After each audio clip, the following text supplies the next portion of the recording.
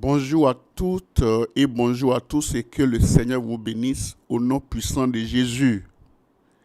Nous remercions sincèrement le Seigneur pour la tenue effective de ce programme, la retraite de Pâques 2022, et qui vient à point nommé pour nous rafraîchir encore et pour nous communiquer la puissance de la résurrection.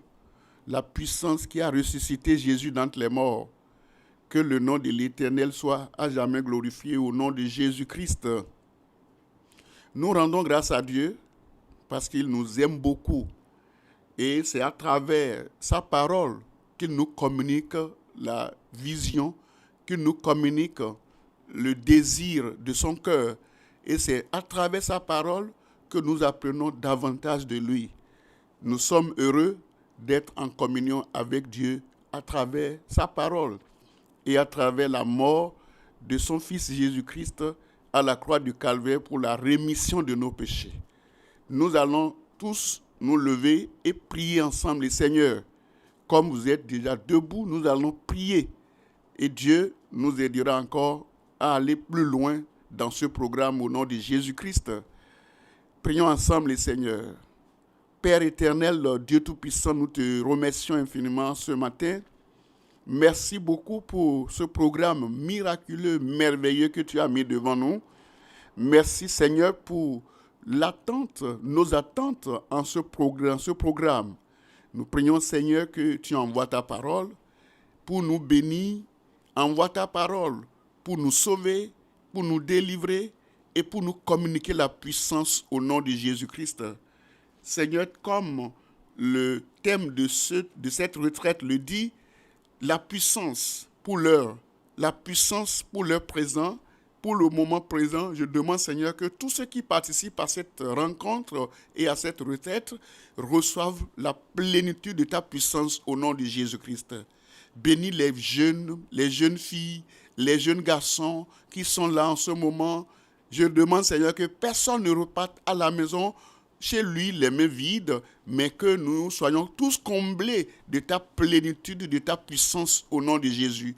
Merci Seigneur parce que tu nous as exaucés. Au nom puissant de Jésus-Christ, nous avons prié. Que tout le monde me dise Amen. Je n'entends pas bien. Dites encore une fois Amen. Que le Seigneur vous bénisse. Asseyez-vous. Ce matin, nous allons voir le premier message de la journée. D'ailleurs, le premier message de la retraite, après le premier que le Seigneur nous a donné à travers notre surintendant hier, à travers le message d'ouverture qui est Christ notre Pâques, nous allons voir aujourd'hui et ce matin la puissance de l'affranchissement du péché. La puissance de l'affranchissement du péché. Qu'est-ce qu'on appelle affranchissement? L'affranchissement, c'est la libération. L'affranchissement, c'est le fait d'être définitivement libéré et totalement délivré du péché. C'est ça qu'on appelle l'affranchissement. Et c'est à travers la parole de Dieu que nous recevons l'affranchissement du péché. Et c'est ce que, d'ailleurs, l'évangéliste Jean nous raconte et nous dit dans son évangile, dans l'évangile selon Jean, au chapitre 8, nous allons lire le verset 32, l'évangile selon Jean, chapitre 8, le verset 32 qui dit « Vous connaîtrez la vérité et la vérité vous affranchira. » Vous connaîtrez la vérité et la vérité vous affranchira. Qu'est-ce qu'on appelle la vérité? La vérité, c'est la parole de Dieu. La vérité, c'est toutes les écritures que nous voyons depuis la Genèse jusqu'à Apocalypse. C'est ça qu'on appelle la vérité. La vérité, c'est la parole totale, non déliée, que Dieu a communiquée à ses enfants à travers les apôtres, à travers les disciples, à travers les prophètes, à travers notre Seigneur Jésus-Christ. Le verset 38 Jean chapitre 8, le verset 38 qui dit, si le verset 36, écoutez bien, le verset 36, lisez le verset 36 avec moi, qui dit, si donc le Fils vous affranchit, vous serez réellement libre. Ça veut dire que l'affranchissement, la libération, la délivrance totale du péché viennent de Christ. C'est Christ qui sauve, qui guérit, qui délivre de tout péché. Nous, en tant qu'hommes, nous ne pouvons rien faire. Dieu nous offre gratuitement la vie éternelle en Jésus-Christ, mais il est parfois difficile de comprendre le processus qui permet d'avoir accès à cette vie éternelle. Dieu nous a offert la vie en Jésus-Christ et c'est à travers Jésus que nous avons la vie éternelle. Mais beaucoup de gens ne savent pas comment y parvenir. Beaucoup de gens ne savent pas comment avoir accès à la vie éternelle. Et c'est ce que nous voulons voir ce matin. C'est donc pour cela que nous allons voir ce message. C'est pour expliquer le processus, le cheminement qui mène à l'affranchissement du péché que nous sommes là ce matin pour vous l'expliquer. Dans Jean toujours, dans l'évangile selon Jean, chapitre 3, le verset 16. L'évangile selon Jean, chapitre 3, le verset 16 qui dit « Car Dieu a tant aimé le monde qu'il a donné son Fils unique, afin que quiconque croit en lui ne périsse point, mais qu'il ait la vie éternelle. » C'est ça, c'est nous, la Bible nous dit ici. C'est Dieu qui est l'auteur de l'affranchissement. Mais à travers Jésus, Dieu a tant aimé le monde qu'il a donné. Il a donné Jésus pour que quiconque croit en la parole de Dieu, en la parole de Jésus, quiconque croit en lui, croit seulement que Jésus-Christ est venu pour me sauver et tu as la vie éternelle. Dieu ne veut pas que quelqu'un meure dans le péché. Dieu ne veut pas que quelqu'un, un jeune garçon, une jeune fille, passe sa vie dans le péché et meurt dans le péché. C'est pourquoi Dieu a envoyé Jésus-Christ pour nous affranchir, pour nous libérer de tous nos péchés. Et c'est très important de le savoir. Donc, le chemin qui mène au salut, c'est le chemin que nous prenons à travers Jésus-Christ. Et nous voyons cela dans Jean, toujours dans Jean chapitre 14, le verset 6 qui dit, Jean 14, le verset 6 qui dit, Jésus lui dit, c'est Jésus même qui parle maintenant, pour aller vers Christ, pour aller vers Dieu, pour aller avoir la vie éternelle, pour aller vers Dieu, dans le royaume de Dieu. Jésus même a dit dans Jean chapitre 14, le verset 6, qui dit « Je suis le chemin, la vérité et la vie. Nul ne vient au Père que par moi. » Si nous voulons avoir la vie éternelle, nous passons alors par le Seigneur Jésus-Christ. Je vais vous rapidement diviser ce message en 3 parties. Premièrement, je vais vous montrer l'évangile. Le premier point, c'est l'évangile. Vous mettez 2 points. La puissance qui affranchit du péché. L'évangile, 2 points. La puissance qui affranchit du péché. Le deuxième point, c'est la repentance authentique pour le pardon des péchés. Si vous avez l'évangile s'adresse à vous. L'évangile vous révèle votre état de péché. Qu'est-ce qu'il faut faire ensuite? Il faut vous repentir. La repentance authentique pour le pardon des péchés.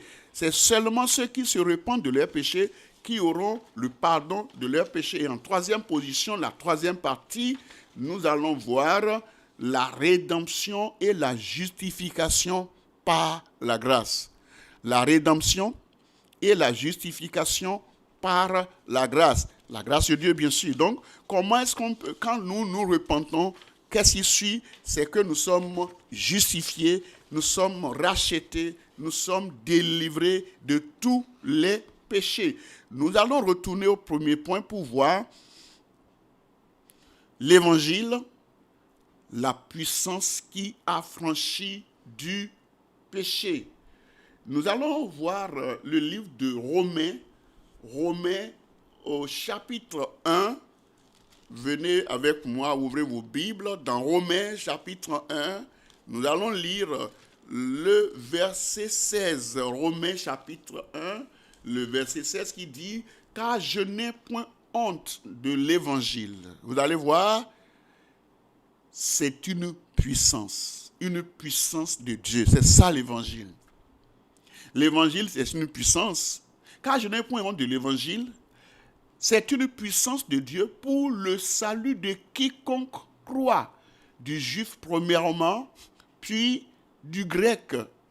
Parce qu'en lui, en évangile, est révélée la justice de Dieu par la foi et pour la foi, selon qu'il est écrit, le juste vivra par la foi. Romains chapitre 1, verset 16 au verset 17.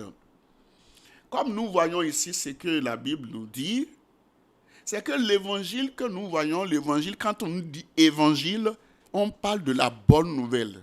L'évangile, c'est toute la vérité que Dieu nous a révélée. L'évangile se résume en notre Seigneur Jésus-Christ. C'est ce que Jésus nous a enseigné. C'est ce qu'on appelle l'évangile, la bonne nouvelle. Et c'est aussi une puissance. Prenez par exemple un enfant. Amenez cet enfant à l'école, frappez-le à cause de certains péchés, à cause de certaines erreurs, corrigez-le, frappez-le, dites-lui ce n'est pas bon, ce que tu fais n'est pas bien, et lâchez l'enfant. Il va toujours retourner dans les mêmes péchés. Voyez comment les parents nous instruisent, nous corrigent à la maison, nous frappent, nous punissent. Malgré tout ce que les parents font, les enfants ne sont souvent pas transformés. Les enfants ne sont jamais transformés, ne sont jamais parvenus à une transformation totale. C'est donc la parole de Dieu seule qui peut nous changer. C'est la parole de Dieu seule qui peut nous transformer. C'est la parole de Dieu seule qui peut nous amener des ténèbres à la lumière. C'est l'évangile. C'est ce qu'on appelle l'évangile. C'est la pure vérité. C'est la puissance de Dieu. C'est la parole pure de Dieu qui sauve le péché. Et donc, l'évangile, comme je l'ai dit, c'est la vérité. La vérité annoncée par Dieu. La vérité enseignée par Dieu. Vous connaîtrez la vérité et la vérité vous affranchira. Donc, si vous voulez, c'est seulement la parole de Dieu qui peut changer la vie de l'homme. Qu'on soit adulte, qu'on soit jeune fille ou jeune garçon, c'est à travers la parole de Dieu que la vie de l'homme peut changer. Ce n'est pas les punitions qu'on donne, ce n'est pas les châtiments corporels, non. Ce n'est pas les emprisonnements qui changent la vie de quelqu'un, mais c'est la parole de Dieu. C'est ça qui transforme le cœur de l'homme. Et quand vous écoutez la parole de Dieu, et que la parole de Dieu touche vos sens, touche votre cœur, ça transforme la vie. Tout ce que nous vivons aujourd'hui, tous les péchés que nous commettons aujourd'hui sont venus de notre cœur. Ces péchés sont ancrés, c'est-à-dire sont logés dans nos cœurs. Et lorsque le cœur est touché, lorsque le cœur est transformé, lorsque le cœur est purifié, lorsque le cœur est contrit et que la personne se repent et dit au Seigneur, oh, je ne ferai plus ça. Lorsque Dieu nous révèle notre état et que nous prenons la résolution de sortir de ces choses, alors nous recevons la délivrance. C'est l'évangile, celle qui peut faire ça. C'est la puissance de Dieu qui a été envoyée à travers Jésus pour la rémission de péché de quiconque croit en lui, c'est-à-dire en la parole et en Jésus-Christ pour le salut des pécheurs. Alors, la parole de Dieu, comme il l'a dit, c'est ça seulement qui peut conduire l'homme, les jeunes filles, les jeunes garçons sur la bonne voie. Et c'est ce que Paul, l'apôtre, rappelle ici à Timothée dans le livre de 2 Timothée chapitre 3, 2 Timothée chapitre 3, je vais lire les versets du verset 15.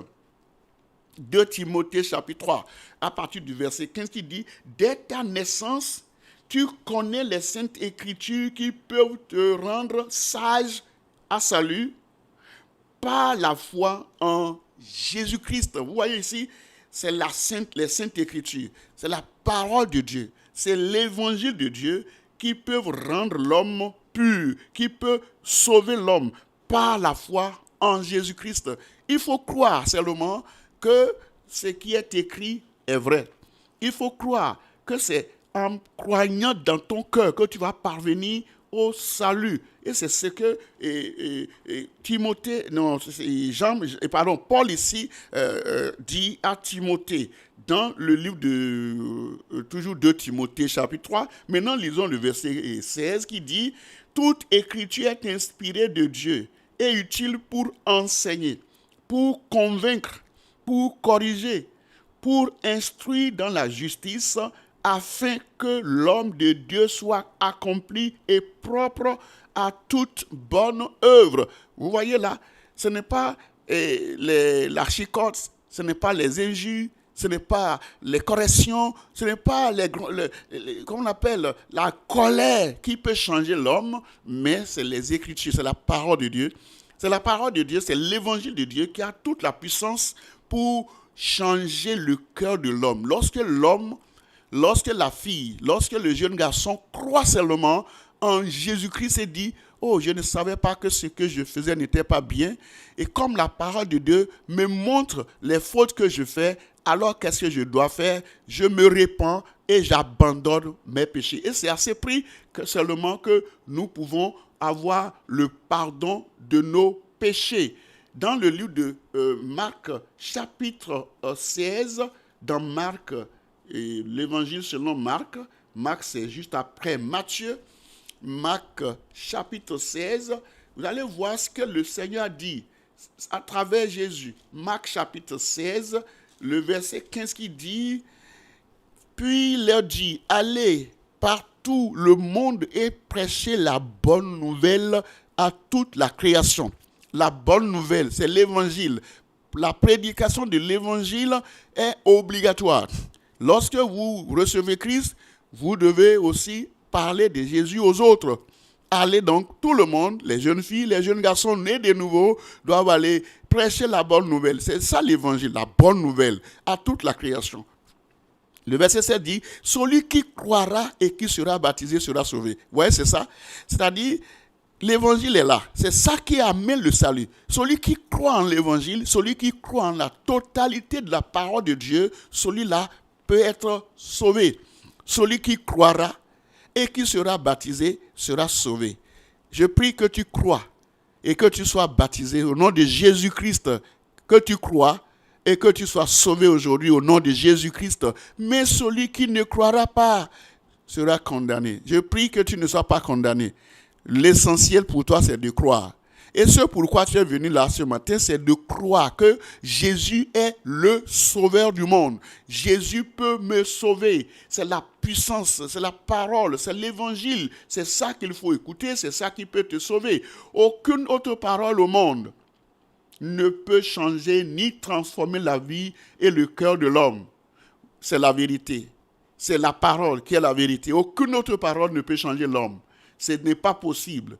Raconter des histoires, raconter des fables, raconter des superstitions. On ne fait pas ça, on ne mange pas ça. Ça ne sauve pas.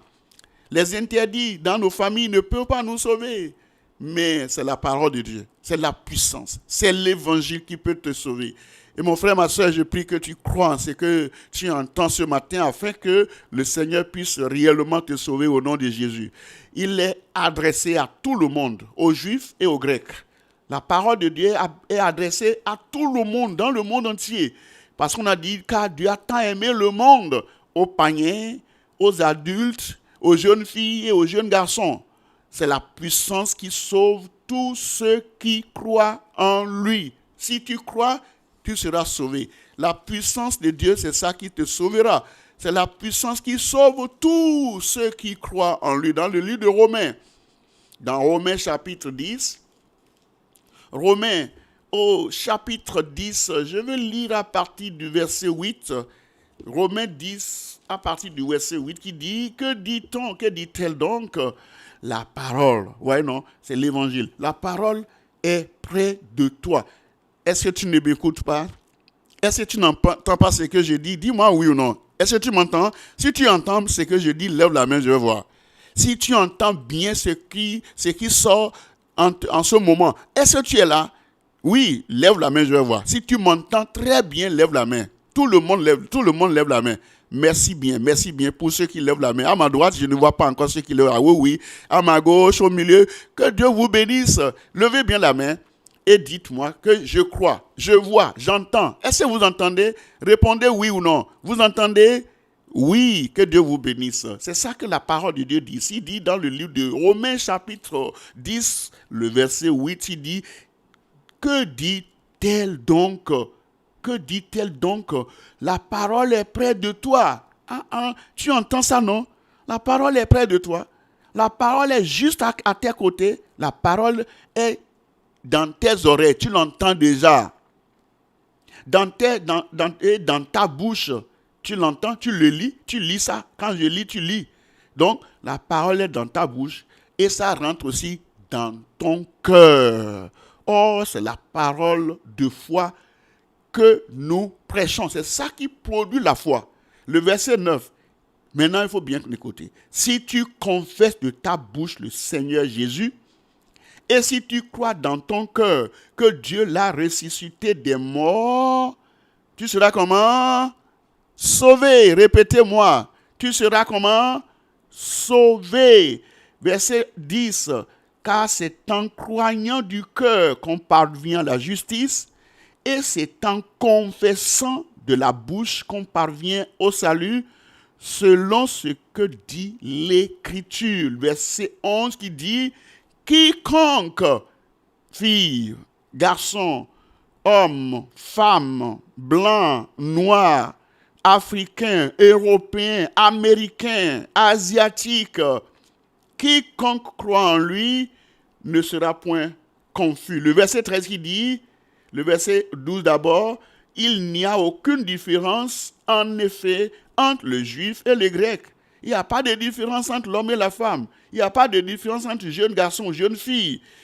Puisqu'ils ont tous un même Seigneur qui est riche pour tous ceux qui l'invoquent. Il est riche pour tout le monde. Et dans le verset 13, car quiconque invoquera le nom du Seigneur sera comment? Sauvé. Je prie que Dieu te sauve ce matin au nom de Jésus. Tu seras sauvé. Dis-moi amen. Tu seras sauvé au nom de Jésus-Christ. Tous ceux qui croient en la bonne parole, dans l'évangile de Christ, en la parole de Dieu, quiconque croit aura la vie éternelle et passera de la mort à la vie. Tu vas quitter la mort ce matin et tu seras du côté de ceux qui vivent et tu auras la vie éternelle au nom de Jésus. Passons au deuxième point. Le deuxième point qui va me rappeler ça, si vous avez écrit le deuxième point, je vais vous entendre. Deuxième point, c'est quoi? Oui, lisez fort. Oui. Encore, je vais entendre. 1, 2. Deuxième point, la repentance authentique pour le pardon des péchés. Dans Matthieu chapitre 4, lisons le verset 17. Matthieu chapitre 4, je lis le verset 17. C'est d'ailleurs la première parole de Jésus lorsque il a été tenté pendant 40 jours et 40 nuits et qu'il a été vainqueur, comme tu seras vainqueur aujourd'hui. Il a vaincu le péché, il a vaincu la tentation dans le désert et il est sorti donc de cette tentation victorieusement. Le premier message que Jésus a donné, c'était pour faire demander à tout le monde de se repentir, la repentance. Dans Matthieu chapitre 4, le verset 17, qui dit, dès ce moment, Jésus commença à prêcher. Après avoir jeûné 40 jours et 40 nuits, dès ce moment, après cela, Jésus commença. C'est le commencement de son ministère. Il a commencé à prêcher et à dire, repentez-vous car le royaume des cieux est proche. C'était le premier message de Jésus. Il a commencé par là. Repentez-vous car le royaume des cieux est proche. Non, dans le verset 19, il leur dit, suivez-moi et je vous ferai pêcheurs d'hommes. Il a vu des gens ici qui sont en train de faire la pêche des poissons dans le fleuve. Au lieu donc et quand il a fini de leur dire, repentez-vous, le royaume des cieux est proche, ce qui a suivi, c'est qu'ils doivent le suivre. Si vous êtes sauvés, si vous vous repentez de vos péchés, l'étape qui suit, c'est de suivre le Seigneur Jésus-Christ. Vous ne pouvez pas dire, je suis né de nouveau, je suis sauvé, je me suis repenti de mes péchés, et tu restes à la maison. Tu ne peux pas dire que je suis né de nouveau, je me suis repenti de mes péchés, et tu restes avec le copain ou la copine. Tu dois laisser ça. Tu dois laisser ce que tu es en train de faire. Quand vous voyez le verset 20, aussitôt ils laissèrent les filets et le suivirent. Il a dit, suivez-moi et je vous ferai pêcheurs d'hommes. Aussitôt, immédiatement, ils ont laissé tout ce qu'ils faisaient et ils ont suivi Jésus. Si tu es sérieux et tu es sincère dans ton cœur, après avoir écouté ce message, tu vas laisser la fornication. Tu vas laisser le mensonge. Tu vas laisser les querelles. Tu vas laisser la colère. Tu vas laisser la tricherie. Tu vas laisser la pagaille. Tu vas laisser le vol. Tu vas laisser les rancunes. Tu vas laisser tous les habillements mondains, les paroles impures, les paroles injustes, tout ce que tu fais dans le mal. Le mal que tu fais, tu dois abandonner ça. Tu dois tout laisser. Simon, Pierre et André, qui étaient en train de faire la pêche des poissons, ont laissé tout ce qu'ils faisaient. Ils ont tout abandonné pour suivre le Seigneur Jésus-Christ. Et c'est ce que la repentance fait. Qu'est-ce qu'on appelle la repentance? Vous voyez, comme je l'ai dit tout à l'heure, c'était le premier message de Jésus. Le sujet sur la repentance couvre toute la Bible. Quand vous prenez dans l'Ancien Testament aussi, vous allez voir, peut-être vous allez dire, ah, c'est seulement Jésus qui a dit ça. Même avant que Jésus ne vienne, la repentance était déjà prêchée. Les prophètes l'ont dit. Les prophètes ont prêché sur la repentance. Ils ont parlé de tournez-vous, abandonnez vos péchés, laissez le péché, et ils ont toujours dit ça. Donc, la repentance n'est pas une chose nouvelle. La repentance, c'est toujours d'actualité. Dans le livre de Ézéchiel, par exemple, le prophète Ézéchiel, dans l'Ancien Testament, prêchait sur la repentance. Dans Ézéchiel, chapitre 36, et je vais lire le verset 25 qui dit, Ézéchiel 36, verset 25, « Je répandrai sur vous une eau pure, c'est-à-dire la parole que vous écoutez, et vous serez purifiés. Je vous purifierai de toutes vos souillures et de toutes vos idoles. » Ici, c'est Ézéchiel, le prophète Ézéchiel qui parle. Ésaïe a dit la même chose aussi dans l'Ancien Testament pour vous montrer que le sujet de la repentance couvre toute la Bible. Dans Ésaïe 55, le verset 7. Ésaïe 55, le verset 7 qui dit que le méchant abandonne sa voie et l'homme d'iniquité ses pensées, qu'il retourne à l'Éternel qui aura pitié de lui, à notre Dieu qui ne se lasse point de pardonner. Donc le méchant c'est qui? C'est le pécheur. Tous ceux qui volent, tous ceux qui mentent, tous ceux qui trichent, tous ceux qui se bagarrent, tous ceux qui haïssent leurs amis, c'est des pécheurs, c'est les méchants. Que le méchant abandonne sa voie et l'homme d'iniquité ses pensées. Abandonner sa voie, ça veut dire abandonner ce que tu fais. Comme ici, nous avons vu les André et Simon, ce qu'on appelle Pierre et Simon, Pierre, Simon et André ont laissé leur pêche et ont suivi Jésus-Christ. Donc, qui que tu sois, Dieu est capable de te changer. Que le méchant abandonne ses voies, l'homme d'iniquité ses pensées, qu'il le retourne à l'Éternel, qu'il le fasse un demi-tour pour revenir à l'Éternel, à notre Dieu qui ne se lasse point de pardonner. Donc c'est Jésus qui pardonne. C'est Dieu qui pardonne nos péchés. Nous ne pouvons pas nous-mêmes nous pardonner ou nous libérer de nos péchés. C'est Dieu qui pardonne. Et je demande à Dieu de vous pardonner ce matin. Que Dieu vous délivre ce matin. Et que chacun de nous prenne la résolution de suivre le Seigneur Jésus comme les pêcheurs de poissons l'ont fait dans Matthieu chapitre 4. Que Dieu vous donne cette grâce et cette volonté de le faire. Donc, vous avez vu que dans l'Ancien Testament, la repentance a été prêchée. Jésus lui-même a prêché la repentance. Jean-Baptiste a prêché la repentance. Dans Matthieu toujours, dans Matthieu chapitre 3, Jean-Baptiste, avant même que Jésus ne vienne, c'est ce sujet qu'il a abordé quand il était dans le désert. Jean a prêché dans le désert pour annoncer la venue de notre Seigneur Jésus-Christ. Dans Matthieu chapitre 3, je lis le verset 1. En ce moment-là, parut Jean-Baptiste prêchant dans le désert de Judée. Et qu'est-ce qu'il disait dans le verset 2? Il disait, repentez-vous car le royaume des cieux est proche. C'est ce que Jean a dit. Jésus a dit la même chose dans Matthieu chapitre 4, verset 17.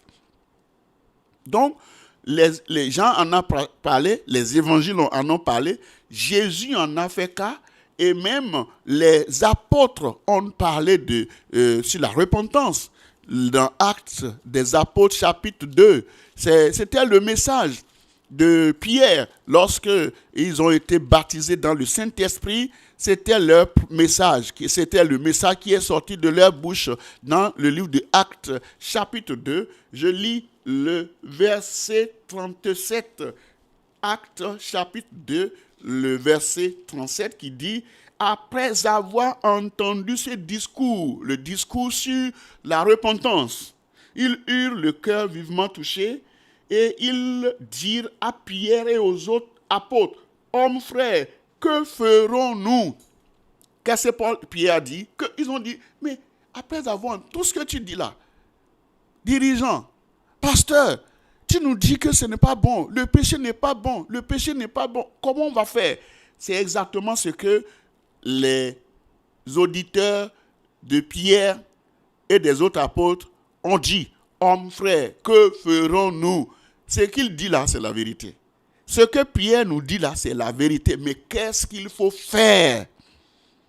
Pierre va leur indiquer le chemin. C'est dans le verset 38 maintenant. Dans Actes chapitre 2, le verset 38, Pierre leur dit: repentez-vous et que chacun de vous soit baptisé au nom de Jésus pour le pardon de vos péchés.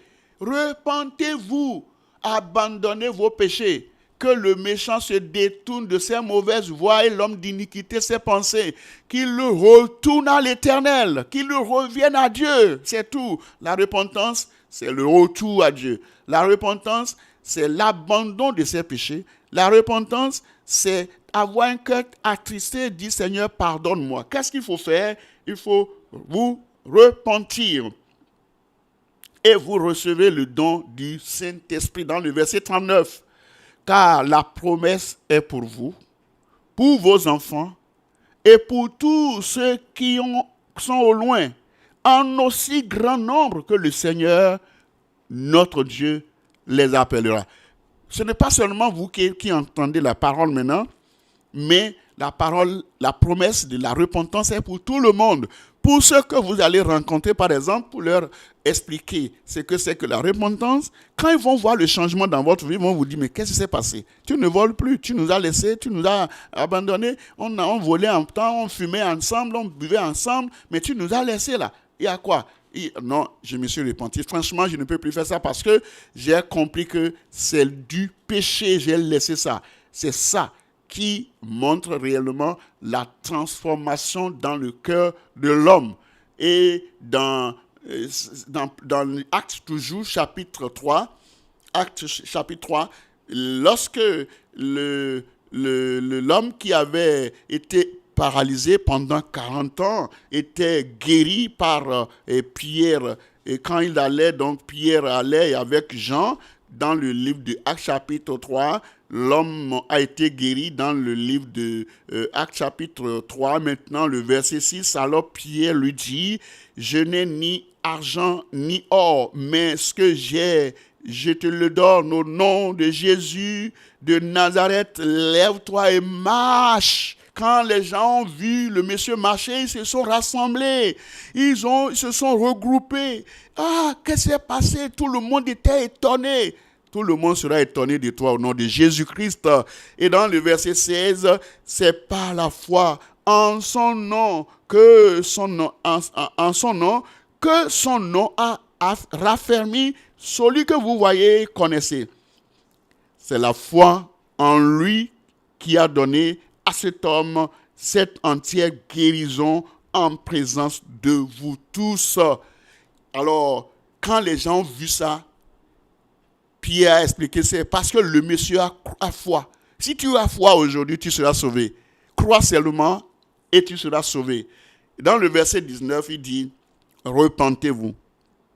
Quand il a vu la foule, il dit, repentez-vous. Les apôtres en ont parlé. Repentez-vous donc et convertissez-vous pour que vos péchés soient effacés. Convertissez-vous, repentez-vous, abandonnez vos mauvaises voies pour que vos péchés soient effacés. Le verset 26 qui dit, Actes chapitre 3, le verset 26 qui dit, c'est à vous premièrement que Dieu, ayant suscité son serviteur, l'a envoyé pour vous bénir en détournant, c'est ça le détour, c'est ça la repentance, en détournant chacun de vous de ses iniquités, en détournant chacun de vous de ses iniquités, en vous détournant totalement de vos problèmes, de vos iniquités. Donc la repentance suscite un changement de pensée et d'objectif dans la vie.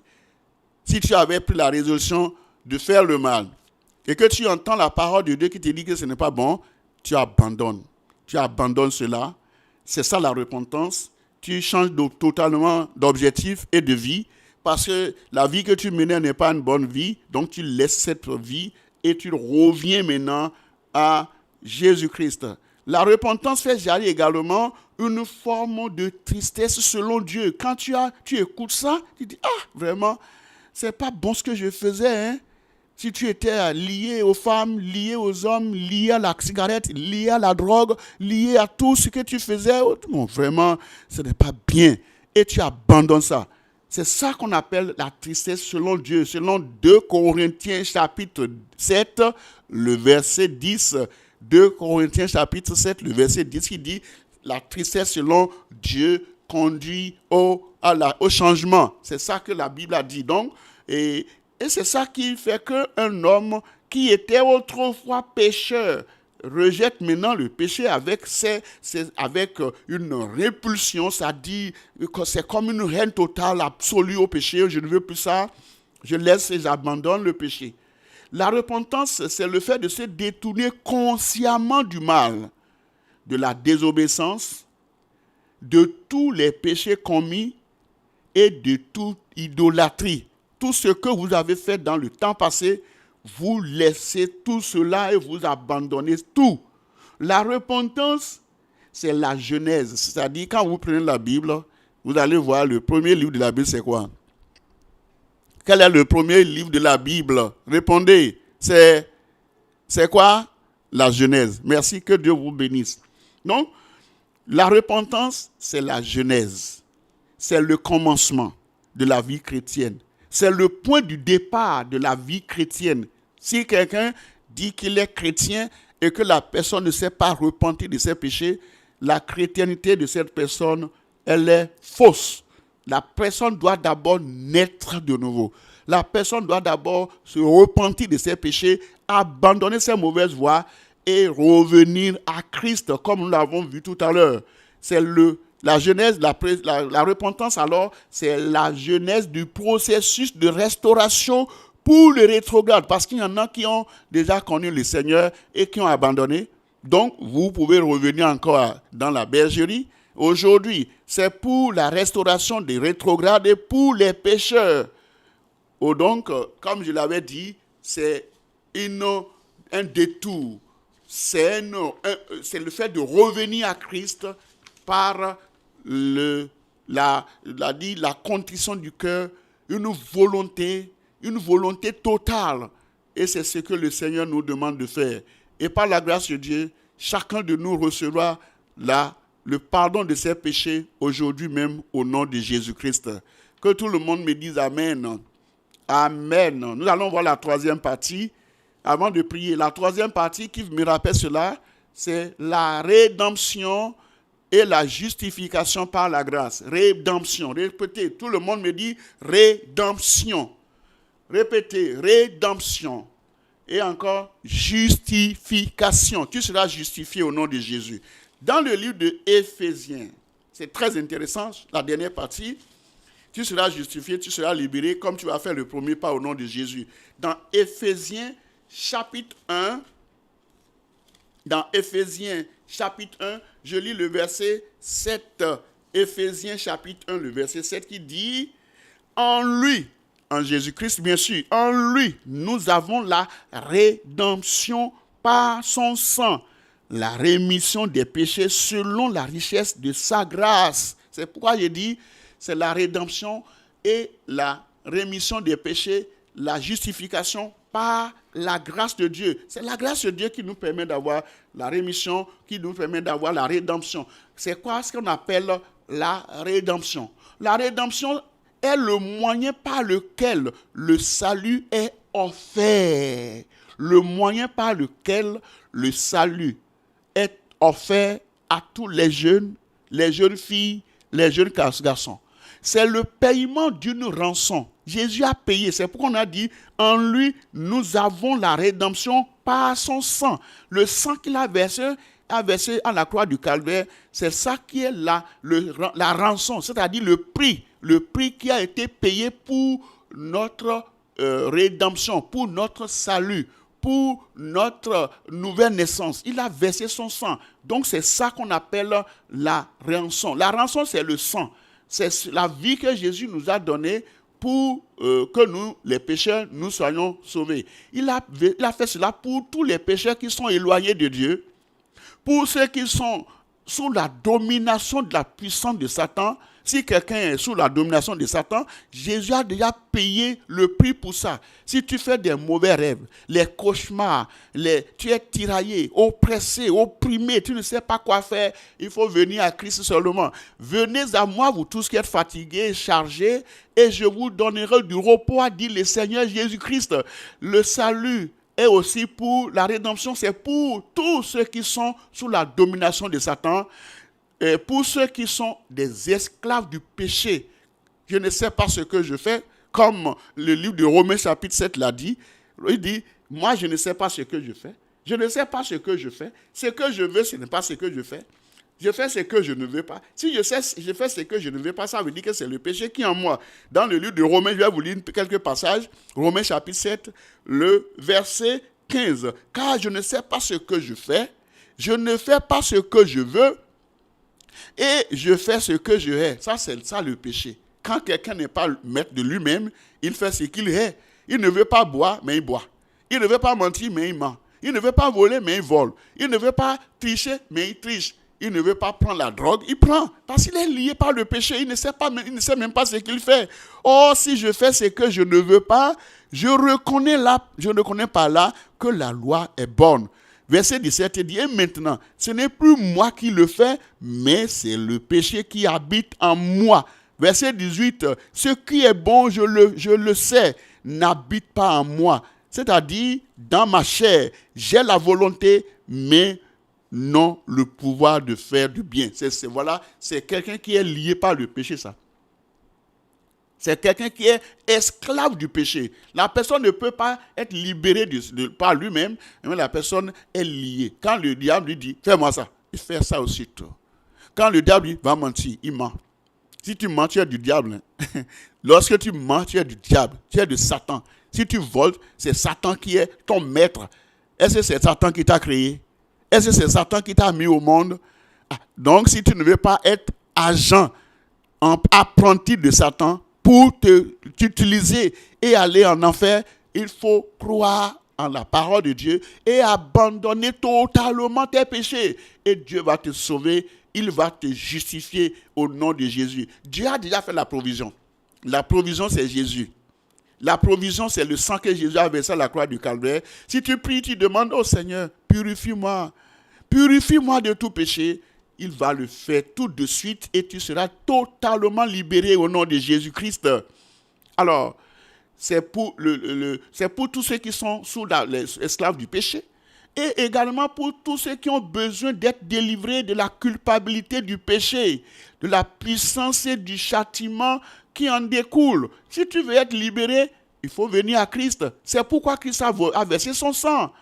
C'est pour ça que Jésus est venu, pour te libérer. Si tu veux être libéré, il le fera ce matin dans ta vie au nom puissant de Jésus-Christ. Dans Éphésiens, dans le livre d'Éphésiens chapitre 5, Éphésiens chapitre 5, je lis le verset 8, Éphésiens chapitre 5, le verset 8 qui dit « Autrefois vous étiez ténèbres et maintenant vous êtes lumière dans le Seigneur. Marchez comme des enfants de lumière. » Si tu t'es repenti, tu n'as pas besoin de retourner dans ces choses encore. La chute de l'homme a amené donc toute la race humaine sous le péché. Adam, a été l'homme du péché. Et c'est ça qui a conduit toute l'humanité sous Satan et sous la condamnation. C'est pourquoi dans le livre de Romains chapitre 5, le verset 12, on dit, Romains 5, le verset 12, il est écrit, c'est pourquoi, comme par un seul homme, le péché est entré dans le monde, et par le péché, la mort, et qu'ainsi la mort s'est étendue sur tous les hommes, parce que tous ont péché. Il n'y a pas d'exception. Tout le monde a péché, mais si tu veux être libéré, tu seras libéré ce matin. Qu'est-ce qu'on appelle la justification? La justification ou bien la régénération, c'est un acte de grâce de Dieu par lequel le pécheur reçoit le pardon et la rémission des péchés et devient juste devant Dieu par la foi au sang expiatoire de Jésus. C'est ça la justification. Lorsque quelqu'un est justifié, la personne est lavée de toute culpabilité, de tout péché. Et la personne qui est totalement lavée comme ça, il devient régénéré. Et il se tient devant Dieu comme n'ayant jamais péché. Il est donc rendu juste. Si tu veux être juste, le Seigneur va le faire ce matin. Si tu veux être juste, tu veux quitter cette retraite totalement transformée, libéré, purifié de tout péché, Dieu est prêt à te le faire. Est-ce que tu peux lever la main, je vais voir. Si tu veux être libéré ce matin, tu veux être sauvé ce matin, tu veux avoir la liberté du péché ce matin, tu ne veux plus être sous l'emprise du péché. Si tu ne veux pas être un agent de diable, lève la main, je vais voir. Ah, Dieu va te bénir. Toi, tu seras sauvé ce matin. Vous serez sauvés ce matin au nom de Jésus. Si vous voulez être rendu libre, c'est un don de Dieu. Dieu va vous donner ce nom. Et tu seras sauvé au nom de Jésus. Car c'est par la foi que nous sommes sauvés. Dans Éphésiens chapitre 2, le verset 8, c'est par la grâce que nous sommes sauvés, par le moyen de la foi. Cela ne vient pas de vous. C'est le don de Dieu. Dieu nous a donné déjà cela. En Christ, il nous a donné le pardon. Donc si tu veux être libéré, Dieu est prêt à te libérer ce matin. Être juste, être rendu libre également, ça veut dire, deuxième chose, ça veut dire que c'est un rachat. Dieu te rachète. Dieu t'a racheté avec le sang de Jésus. C'est un rachat. Quand tu lis par exemple le livre de Romains chapitre 3, on a dit dans le verset 23 que tous ont péché et sont privés de la gloire de Dieu. Mais dans le verset 24, on dit « Et ils sont gratuitement justifiés par sa grâce. » La justification, c'est par la grâce. Par le nom, par le moyen de la rédemption qui est en Jésus-Christ. C'est par la grâce. Et la grâce de Dieu va te sauver. Tu seras racheté gratuitement, sans rien payer, mais seulement en croyant. Qu'est-ce que ça veut dire encore être rendu juste? Être rendu juste, ça veut dire que c'est obtenir de la grâce par la foi en Jésus-Christ. Obtenir de la grâce. La grâce est disponible, mais il faut l'obtenir. Il faut la recevoir. Dans Romains chapitre 4, le verset 3 maintenant dit, car que dit l'Écriture? Abraham crut à Dieu et cela lui fit imputer à justice. Ça, c'est la grâce. Il a reçu cela. Il faut aussi la recevoir. Quatrième chose, il faut obtenir donc le pardon. C'est l'obtention du pardon des péchés grâce à la mort expiatoire de Jésus et sa résurrection. Si tu crois de tout ton cœur que Jésus-Christ est mort et qu'il est ressuscité, tu seras sauvé. Et je prie que Dieu vous sauve ce matin au nom de Jésus. Et enfin, être rendu libre, c'est être crucifié avec Christ. Avoir totalement la délivrance, la crucifixion de l'âme, de la chair, et ne pas être en mesure de retourner dans les péchés du passé. Avant d'écouter ce message, tu étais lié par le péché. Tu étais autrefois agent et esclave du péché. Tu buvais, tu mentais, tu volais, tu faisais toutes les mauvaises choses de ce monde. Tu faisais du mal. Mais à partir d'aujourd'hui, le Seigneur t'appelle à abandonner toutes ces choses, à laisser tous les péchés. Car celui qui cache ses péchés ne va pas prospérer, mais celui qui les avoue obtient miséricorde. C'est pourquoi tout le monde baisse la tête. Tout le monde va baisser la tête. Et vous allez fermer les yeux pour commencer par prier ce matin. La tête baissée, les yeux fermés. Prions le Seigneur et demandons à Dieu de nous sauver. Que le méchant abandonne sa voie et l'homme d'iniquité ses pensées, qu'il retourne à l'Éternel. Sache que tu es né dans le péché, que tu as été conçu dans l'iniquité. Mais l'évangile, c'est la puissance qui affranchit. Vous connaîtrez la vérité vous affranchira. Et donc, priez le Seigneur maintenant. Repentez-vous, confessez tous vos péchés. Demandez à Dieu de vous pardonner. C'est par la grâce que vous serez sauvés. Ce n'est pas par la punition, les corvées à l'école. On vous dit d'aller laver les WC ou bien d'aller balayer la cour. Ça ne vous change pas, mais c'est la parole. La parole de Dieu, l'évangile qui a la puissance pour vous sauver. Prie le Seigneur ce matin et demande à Dieu de te laver de tout péché. Oh Seigneur, je regrette tout ce que j'ai fait dans le passé. Je ne ferai plus cela. Ouvre la bouche et confesse tes péchés. Confesse tes péchés. Sans rien laisser. Sans rien laisser. Celui qui cache ses péchés ne prospère point. Ouvre la bouche et confesse tes péchés. Mais celui qui les confesse et les avoue obtient la miséricorde. Ouvre la bouche et dis au Seigneur, oh, je me répands ce matin. Je ne ferai plus ça. Tout ce que tu as fait dans le temps passé, confesse-les et demande pardon à Dieu. Confesse-les et demande pardon à Dieu.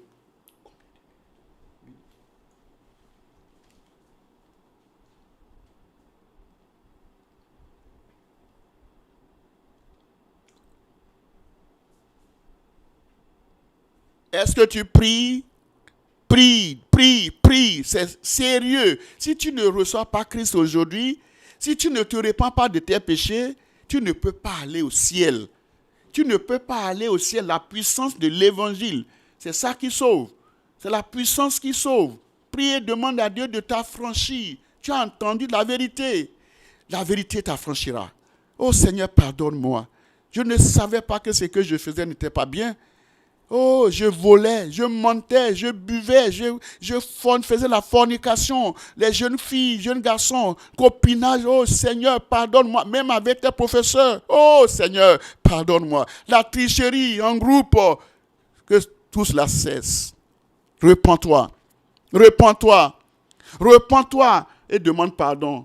Et Dieu va te pardonner. Dieu va te délivrer. Dieu va te purifier. Et tu seras libre, totalement libéré aujourd'hui au nom de Jésus-Christ. Prie le Seigneur.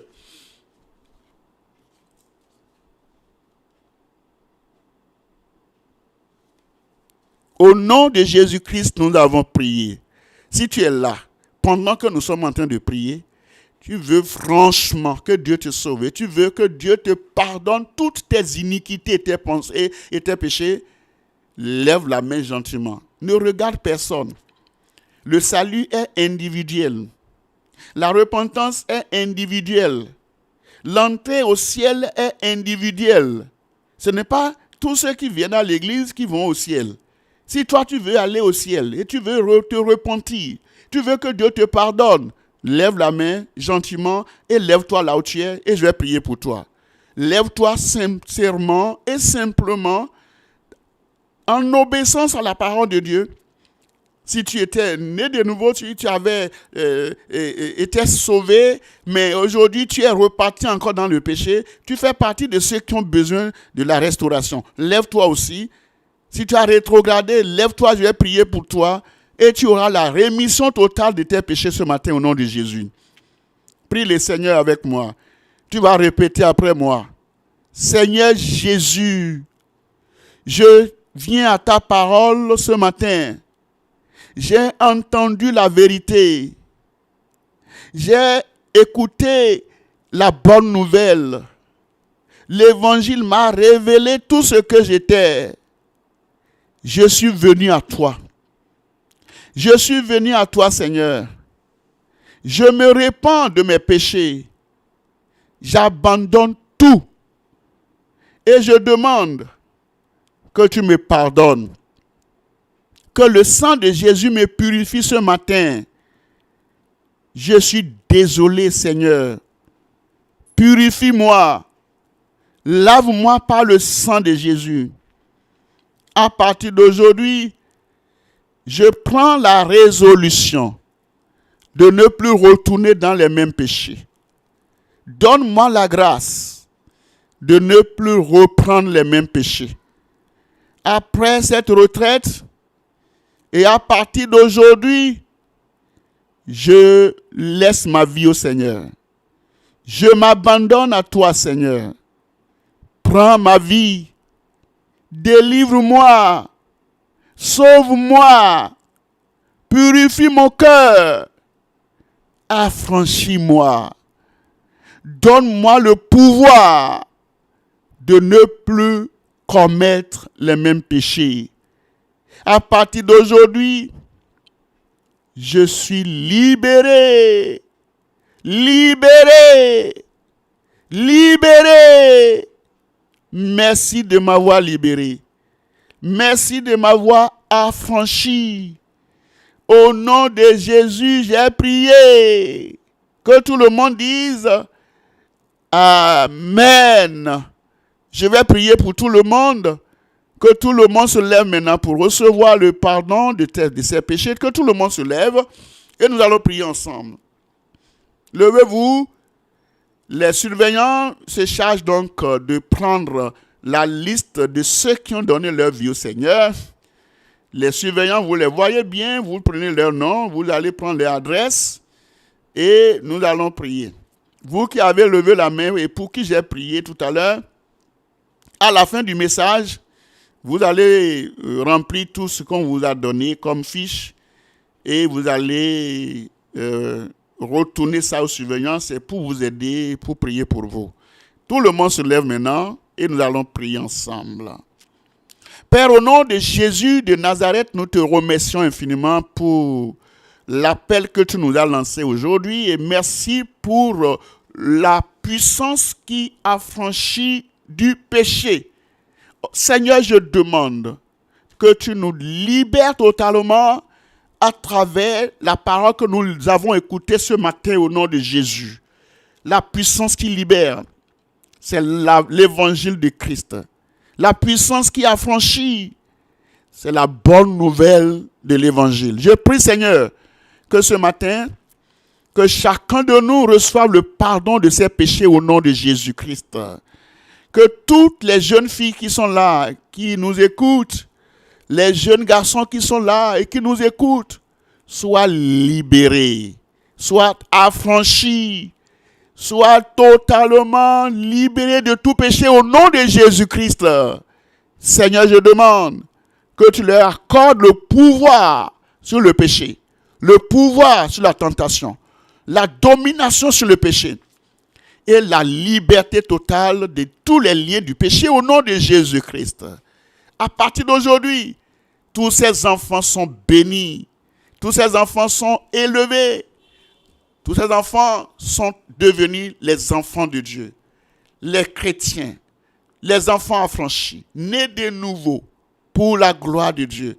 Je demande, Seigneur, que leurs noms soient inscrits dans le livre de vie au ciel et que les anges se réjouissent de tous ceux-là qui sont rentrés dans le royaume de Dieu ce matin au nom de Jésus. Ô Père, fais-le dans la vie de tout un chacun. Affranchis-les au nom puissant de Jésus. Et je demande, Seigneur, que ce message soit inoubliable dans leur cœur. Je prie, Seigneur, que ce message soit resté gravé dans leur cœur et que tous les auditeurs soient entièrement transformés au nom puissant de Jésus-Christ. Seigneur, je prie que le pouvoir de l'affranchissement du péché soit leur partage et que chacun quitte ici avec le pouvoir de domination, le pouvoir de la sainteté, le pouvoir de la purification de ses péchés au nom de Jésus-Christ. Donne-leur la grâce de ne plus retourner dans ses péchés. Je te remercie, Seigneur, parce que je crois que tu l'as déjà fait. Je demande, Seigneur, comme nous continuons dans le message, dans le programme, que tu continues avec nous et qu'à la fin de cette retraite, beaucoup de témoignages découlent de la vie de tous les enfants au nom de Jésus. Merci, Seigneur, parce que tu nous as exaucés. Au nom puissant de Jésus, nous avons prié. Dites-moi Amen. Que Dieu vous bénisse.